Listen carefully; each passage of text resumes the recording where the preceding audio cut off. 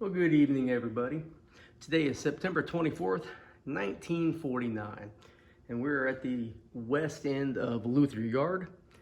We have in front of us H10 9900. That's today's yard power. And what we're going to do today is we're going to come out of the cab track there with the caboose that's coupled up to the front end of the 9900. We're going to make a reverse move out the house track and then onto the lead. We're going to come down and cross onto the main line, run around a cut of cars, and we're going to start building our train that will go to Black Hawk Iron Works. So probably about maybe 20 minutes if I edit this right, and I'll throw in some little information here and there on how I do things and how I try to slow down operations. But all that'll be notional. I'll talk you through it, but I'm not trying to burn up a whole bunch of time here. I made this video yesterday, actually. It was 41 minutes long, and due to technical issues with my Splice app, and my phone, the internet, and whatever else, I lost it all, so I'm doing it for a second time. So this one should be a lot better than yesterday's. Should be a lot shorter, more smooth, better angles, and whatnot. I got some extra lights in here this evening. I think it's going to be okay. So what we're going to do is first thing the yard crew has done is went and reported into the yard master. We got our consist, we got our switch list, we got the double check the cars already. What we're going to do is build the rear of the train first. So we're going to come out of the cab track with the cabin car there, the caboose for everybody else. And we're going to run around over to this cut of coal hoppers right here in the middle of the screen. Mainline freight dropped those off earlier, and the night job didn't go get them and put them over when in the yard. So we got to talk to the dispatcher, come out on the main line, occupy the main line for a few minutes, run around that cut of cars, and get that shoved back into number 5. So we're going to build the train in number 5. Number 5 is the thoroughfare through the yard for Luther Yard, and we can build trains on that, and we can also build on the yard lead or the ladder tracks, whichever you prefer to call it. So you might see some stuff that's inconsistent with modern railroading. That's okay, because it's my railroad, my rules, and let's get started and have a good time.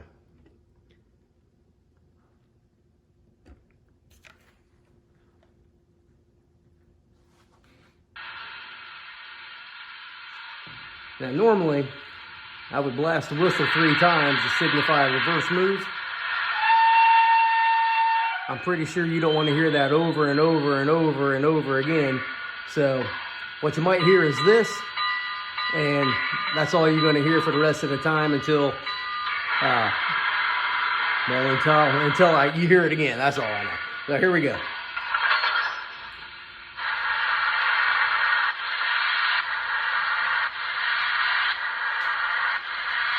The switchman and the yard crew have already got the switches lined up for our move, so we don't have to worry about it right now, but always double check your switches.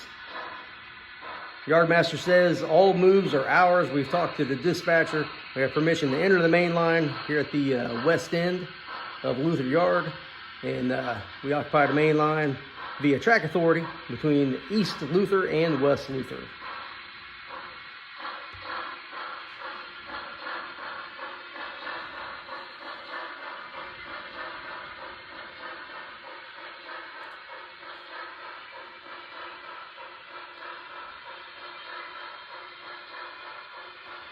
Now you gotta use some imagination back there.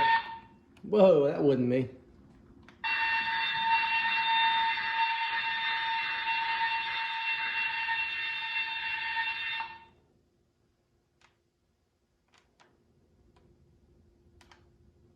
Come on now, what is going on here?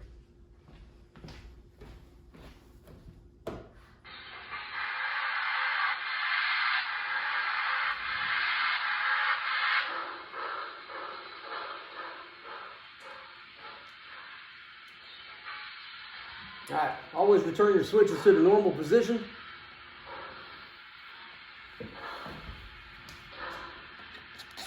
We're aligned all the way to the main line.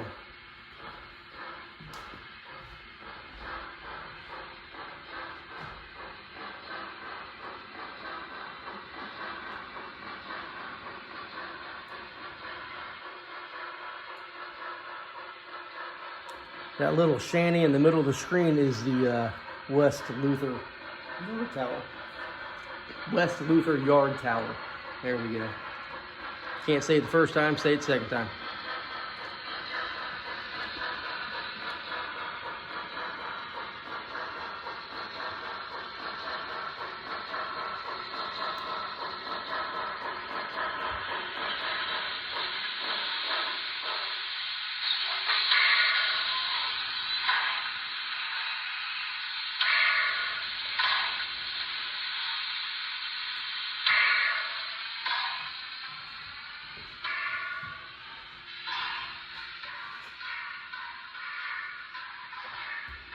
That didn't work out quite the way I thought it was going to. But here we go.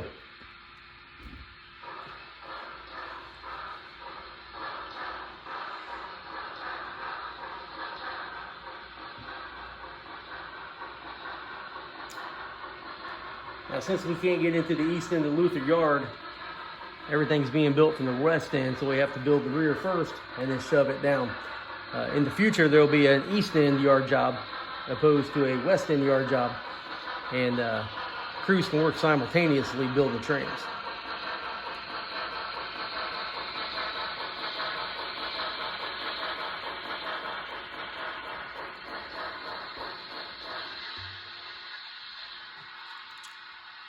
I know, cool tattoo, right?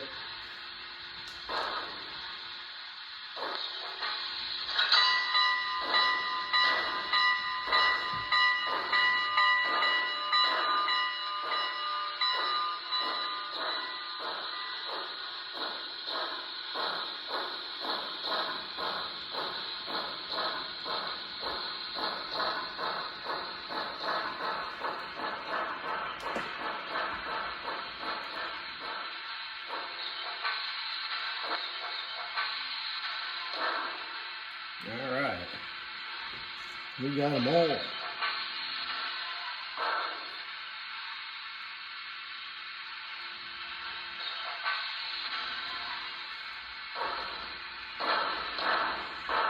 Now, I do have a rule that anytime you couple or you uncouple, you must wait 1 minute before you make the next move.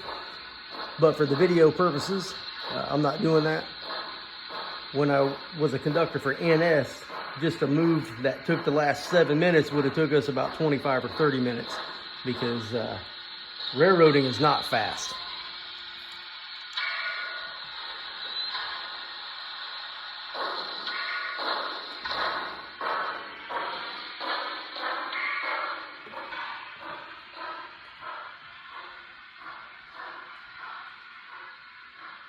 We'll come down here to West End crossover.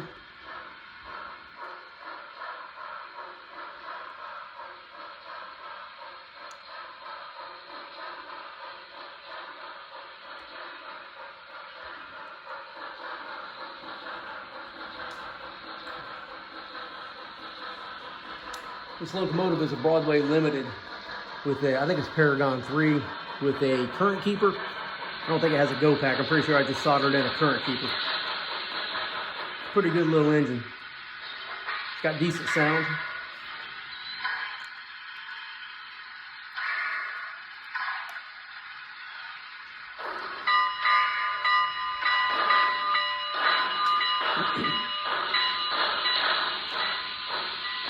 I usually have problems with the switch. There's always a derailment.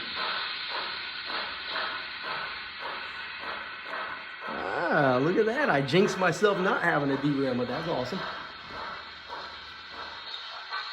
All right, stretch them out there.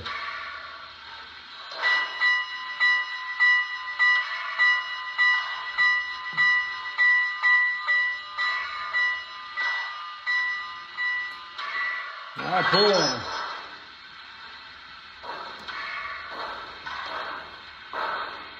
So the train we're building today is roughly 14 cars, probably exactly 14 cars. So we got 5 loads of coal here, be a cabin car on the end. The switches over at Black Hawk iron are number 4 switches, so the rule is no locomotive can go through those switches, only cars. So we'll have to grab 3 flat cars and hang on to them to make those shove moves and not violate that rule. This is my new Walthers N6B caboose. I love this thing.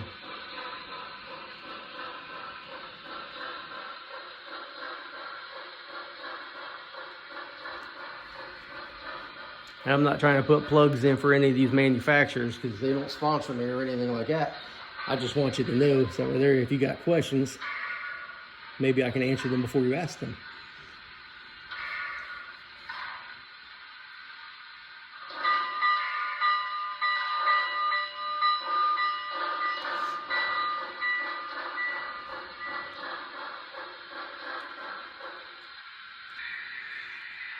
All right, here we are. We're at the at a different angle there, so you can watch them shove down the lead here.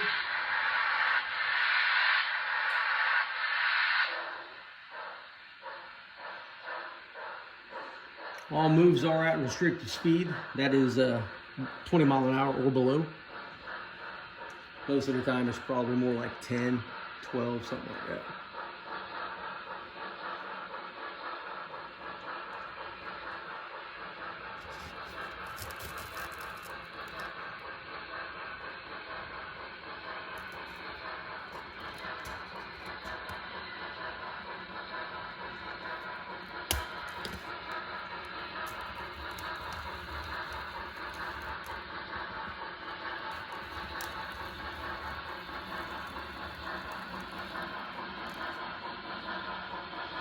So back to the train, 14 cars.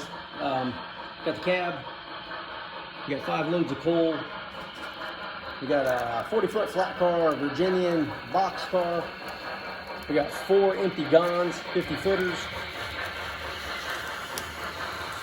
And we got 3 50-foot flat cars that we'll be hanging on to. And those will be our buffer cars. We go all the way down here to the end. We need most of it.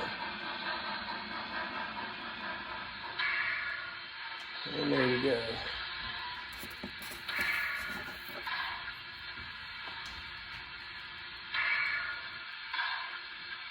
So right now, if I was the conductor, or back in the day, since it's 1949, I would be tying down brakes, lacing the hoses, and that takes, I don't know, maybe 10 minutes. Depends on how many brakes are required by the rules. So on this yard, we'll just say 2 brakes. That's probably 5 minutes. It takes you about as long to walk down as what it does to tie the brakes. Then you got to do your brake test to make sure that they're going to hold, and then you can pull away. But you can incorporate those into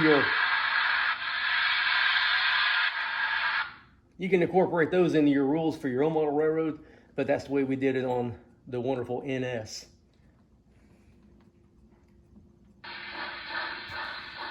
I really should adjust the sound on this. All right, so Yardmaster says it's our move, so we're gonna go back down to 1 extension.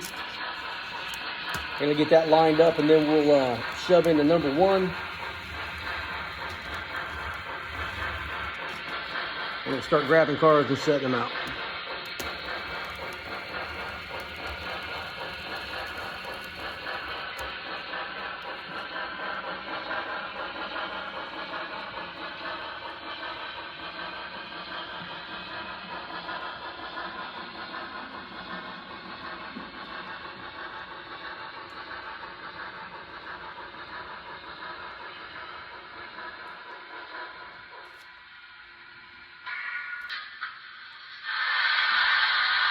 All right, switches are lined to 1 extension.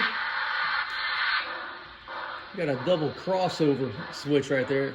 Call that the headache switch. My friend who is a retired train master, used to be my boss. This really gave him a fit when we had an operating session. Wasn't very happy with it. Matter of fact, my wife even printed him off a start letter and came out and gave it to him.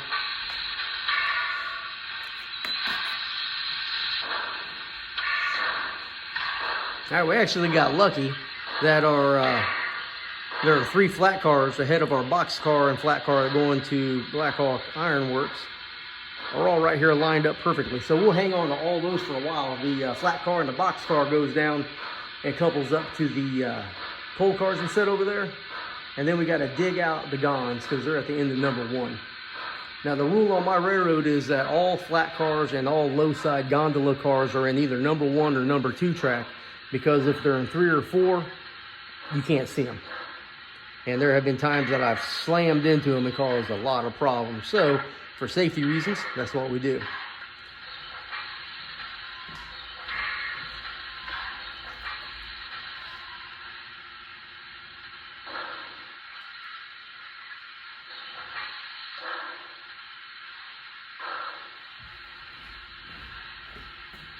Only when the camera's running is the problem, is coupling and uncoupling. There we go now.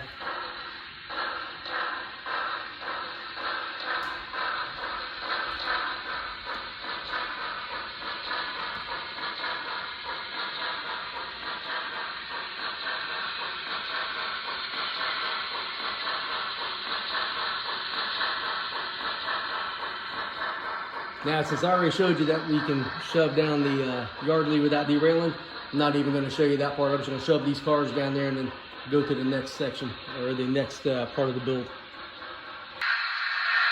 All right, we're already shoved back into number 1. We grabbed a hold of this cut of cars. We're going to pull them out.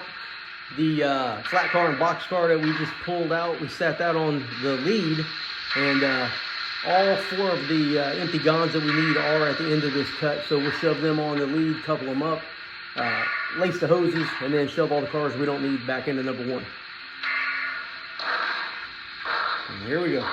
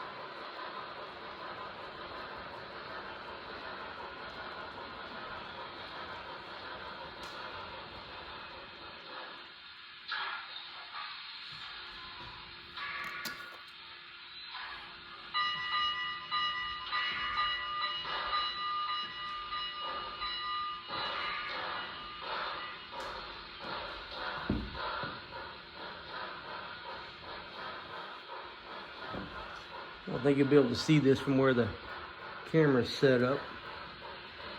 I'm shaking. Oh, that's horrible. So the box car's right there behind that Pennsylvania car. We're gonna couple up. That's good, that'll do. We're gonna stretch them out. Make sure we got a good couple. And we got them. I'm gonna shove these gonds back up the lead to clear the switch. And then we'll uncouple.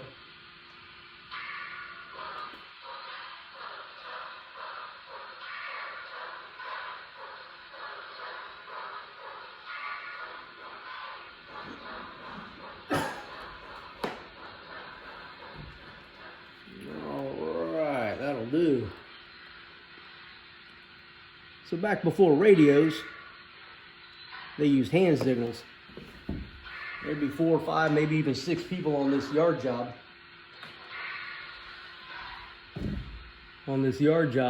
Relaying hand signals to the head end so the engineer knew what to do. We're very spoiled this modern day and age. We got radios. I don't know how many jobs that eliminated, but I know I worked my butt off running around doing the same bit of work. Probably why it took so long.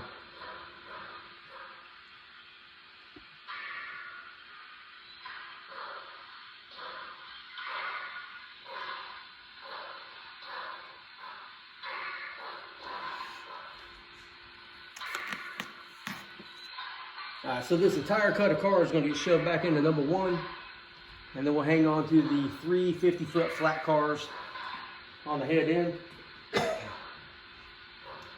and then we'll come out to 1 extension, shove back into the lead, and then couple up, make sure we got a good couple, shove everything down number 5, put the train together, and then the yard crew will be able to take their minutes. That means go eat their breakfast or eat their lunch, take a snack, take a break.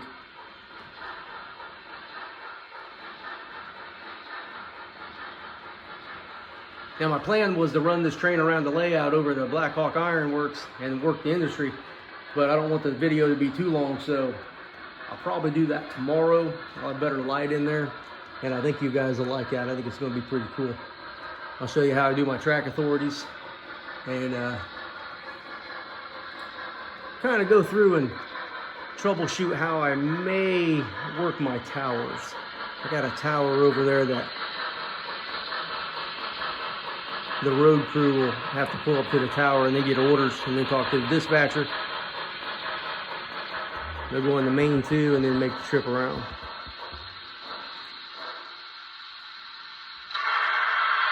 Not quite working out well for me today.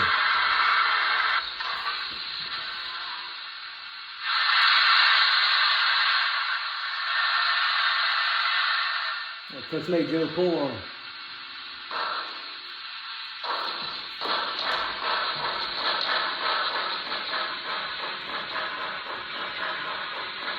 You're probably wondering why I have number 4 switches on my layout. That's just because I had some extra ones and I was trying to be cheap. So I used them on a couple of industries, and it just made the rule that the locomotives can't go through there, only the cars. All the mainline switches are number 6 or number 8. All the yard switches are number 6s. All my locomotives, I sell large locomotives, everything goes through there just fine. I am thinking about custom building my ladders to the new yard that I'm going to put together. Not quite sure if I want to do that or not. My friend Scott's trying to talk me into it, I think. All right, we got them all.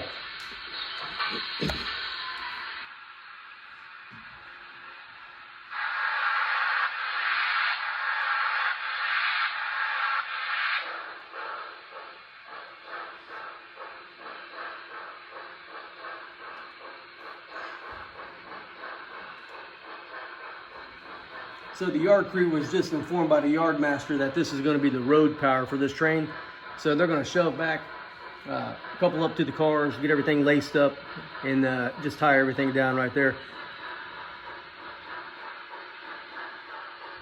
Road crew is going to come in and take over here in a couple hours.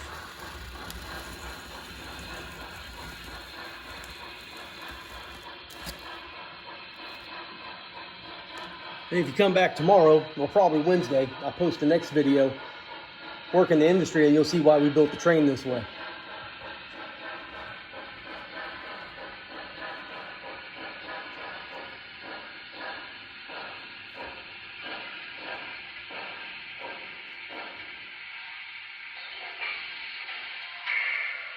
Stretch them out.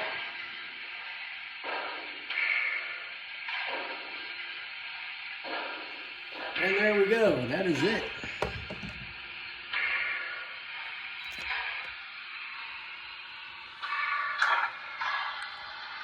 That didn't take too long at all. See, we got a pretty full yard today. Track 6 and 7, which are the 2 on the left side of the screen, those are pretty new to this yard. Each one of those is holding 50 34-foot coal hoppers. Each yard track to the right of that will hold about 20 to 22. Number 5 is right here in the very middle where we built our train. Number 4 is open. And then, of course, 3, 2, 1, 1 being closest to the main line. Oh no, I lied to you. The pocket track is right here closest to the main line. If you come down here, got a bunch of random cabooses sitting on there. And you can see at one time the pocket track might have went over to the main line. So I hope you liked what you saw today. If you did, I ask you to give me a like, leave a comment. If you got any suggestions, feel free to make them. I'm all about some constructive criticism. If you have not subscribed, then I challenge you to do so. If not, that's fine. If you think my video sucked, tell me it sucked. And if you liked what you saw, come back tomorrow and see what I do next. Y'all have a good night here.